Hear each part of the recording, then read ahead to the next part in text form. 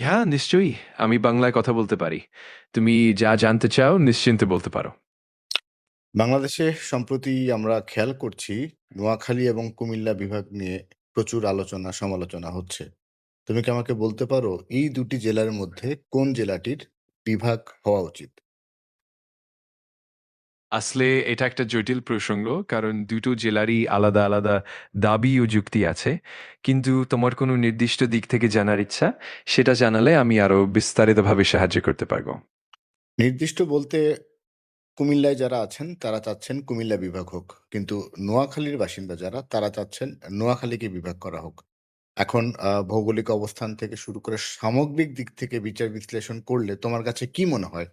নোয়াখালী এবং কুমিল্লা দুটোর ভিতর কোন জেলার বিভাগ হওয়ার যোগ্যতা আছে? বা হলে আসলে মানে কোনটাকে বিভাগ হলে আসলে মানুষের জন্য উপকার হবে? এটা সত্যিই বেশ জটিল এবং নানা দিক থেকে বিবেচনা করতে হয়।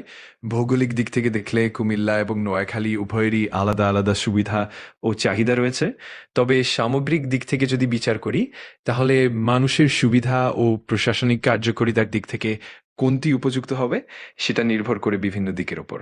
সেক্ষেত্রে স্থানীয় মানুষের মতামত ও সামগ্রিক উন্নয়ন পরিকল্পনাও গুরুত্বপূর্ণ ভূমিকা রাখে। তোমার কাছে কি মনে হয়? নোয়াখালী এবং কুমিল্লা দুটোর ভিতর কোনটা বিভাগ হওয়া উচিত? তুমি কি মনে করো? আমি মনে করি শেষ পর্যন্ত এটা স্থানীয় মানুষের চাহিদা, ইতিহাস এবং প্রশাসনিক সুবিধার উপর নির্ভর করবে। যদি নোয়াখালীর মানুষের জন্য আলাদা প্রশাসনিক সুবিধা এবং উন্নয়ন সুযোগ বেশি হয়, তাহলে নোয়াখালী বিভাগ হওয়া উপকারী হতে পারে। আর যদি কুমিল্লার ক্ষেত্রে বেশি সুবিধা এবং কার্যকারিতা থাকে, তাহলে কুমিল্লা বিভাগ হওয়া ভালো। সবশেষে স্থানীয় জনগণের মতামতই সবচেয়ে গুরুত্বপূর্ণ।